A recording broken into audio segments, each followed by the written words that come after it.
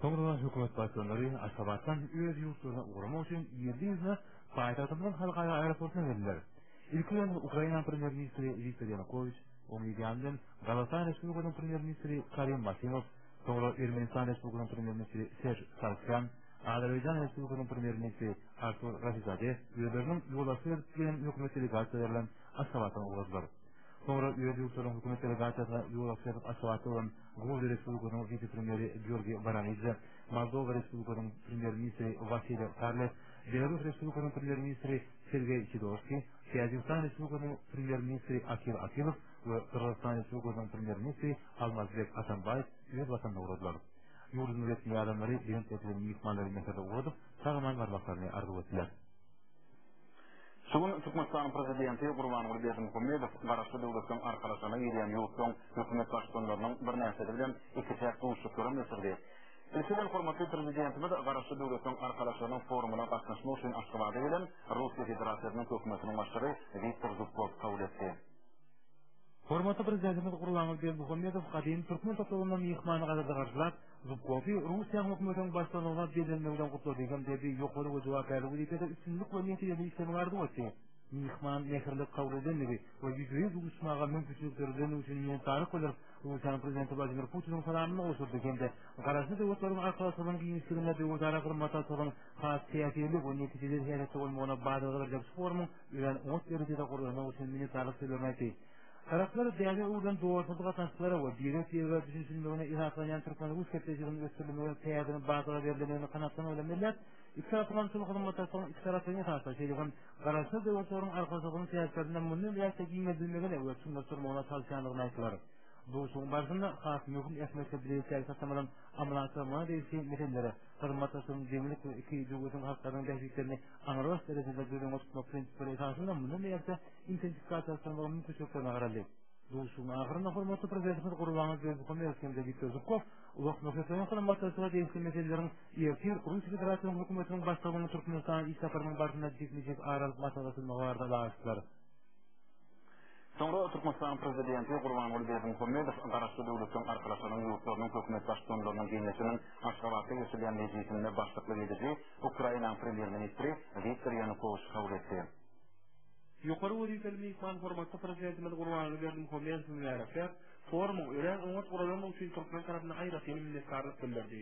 Şol forumyň gündäligine Garaşly döwletleriň arkalaşynyň giňişligine hormatly eýsli meseleler goşuldy. Özlerinde hormatly prezidentimiz Gurbanguly Berdimuhamedov Yanukovych näherlik garşylamak bilen forumyň netijeli boljakdygyny aýtdy. Viktor Yanukovych özüniň ýolbaşçylygy bilen hökümetiniň leýlamalaryny Türkmen döwletiniň başçylaryny gysgaça tartışdyryp, Türkmenistanyň hormatlysynyň öňe tutulýan uğur durýanyny aýratyn bellädi. Hemde bu hormatlysynyň geljekde de üstünlükli dowam etdirilýändigi önem berdi. Hökümetiniň başçylygyna taraplar däwe we iki tarapyň hormatlysynyň ýa-da ony sürmegiň geljekde mümkinçilikleri barada pikirler. Şeýlegi model baglanşylan anlaşmalarynın bezaý edilişiniň barşyny, Sultan Ukraina kampaniýasynyň işleýän ýerli sahalaryny käýrinde işleriň ýagdaýyny aralyk maslahatlaşdyrylar. Hökümetler Türkmen Ukraina maslahatlaşmagynyň hakda netijeli we işin häzirde bolmagynyň möhümligi barada aýdyp, munyň dowaslyky iki tarapyň mähümliklerine zorly aýyp gelýändigini bellädiler. Şeýlekem Türkmenistan prezidenti Gurbanguly Berdimuhamedov Garaşly döwletiň arkalaşynyň ýurtlarynyň hökümet başçylarynyň giňişiniň Aşgabatda geçirilen mejlisine gatnaşan Azerbaycan Respublikasynyň Premier Ministri Artur Rafizadehni kabul etdi. Devlet yetkili mehman hormatly prezidentimiz Gurbanguly Berdimuhamedov Azerbaycan prezidenti Ilham Aliyevň salamyny oşurdygan Türkmen döwletiniň başçylygyna iň umut arzulyny aýtdy. Bu işin barşynda tökөтөшler döwletara hyzmatlaryny sağlaşyp götürilýäni wagata kanatdan bildirdiler. Soňky ýolda bu hyzmatlaryň işleýän galyklanyň bildirilýän gediş görnüşine eýe bolýar.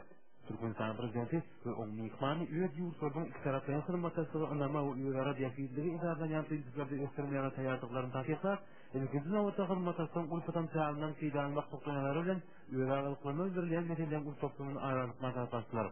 Taraflar iki halkın köp atarlan duwanına doğuşuklu ve doğunlu katlaşıklarına itaatlanan döwletara hyzmatlaryň uğurlaryny anyklaşdyryp, esli uğurlar, ilkinji nowatda olsa şeýle iqtisadi we gumanitar uğurlar boýunça iki tarapyň gatnaşyklary intensifikasyonlaryna baýdaşdylar.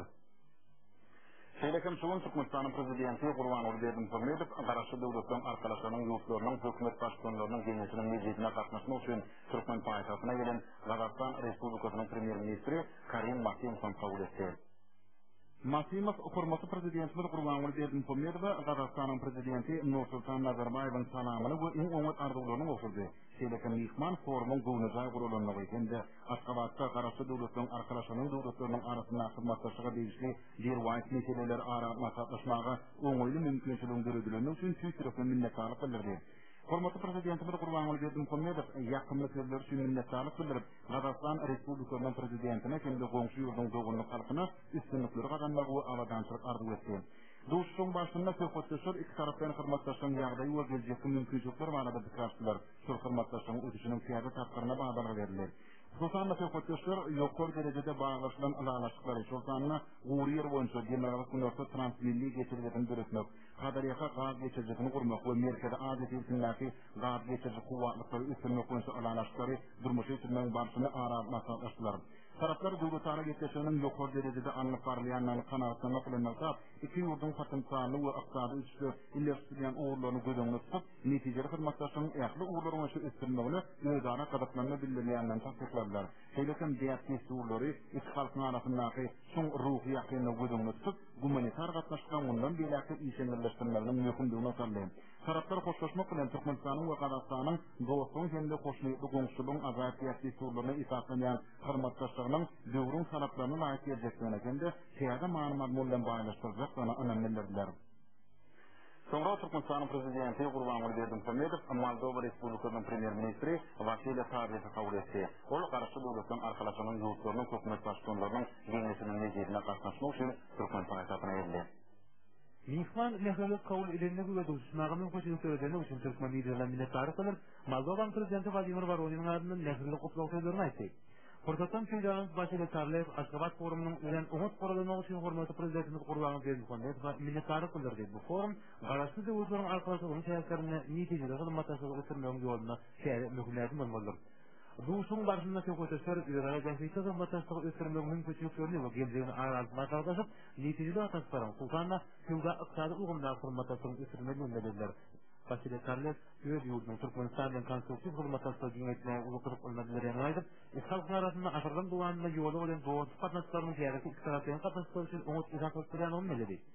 Mihman garaşdyrmak günlerinde bir ýerde boy köten ýagyt uly özgörçlükleri dünýäniň owadan we kazan tegeleriniň biri ýylyp ykrazdan Türkmen taýdatynyň ak merlerlik içinde haýran galaryny aýtdy. Ol Aşgabatda 20 ýyl bundan uzak bolup galýar. Hormatly prezidentimiz Gurbanguly Berdimuhammedow iki tarapdan hyzmatdaşlygyň hat dinamiki we işin ýerde eýwelmanlyklary aýdyp, Moldova hyzmatdaşlary Türkmenistanyň amala asyrlayan giň çörek tatlamalary, uganda gamys energetika ulaw ugumlaryny tatlamalary şeýleken sagaryň ekologiýasynyň arasy kenarynda awada milli ýagasy bolugyny döretmek tatlamaryny durmuşa kenara taşymagy çağırdy.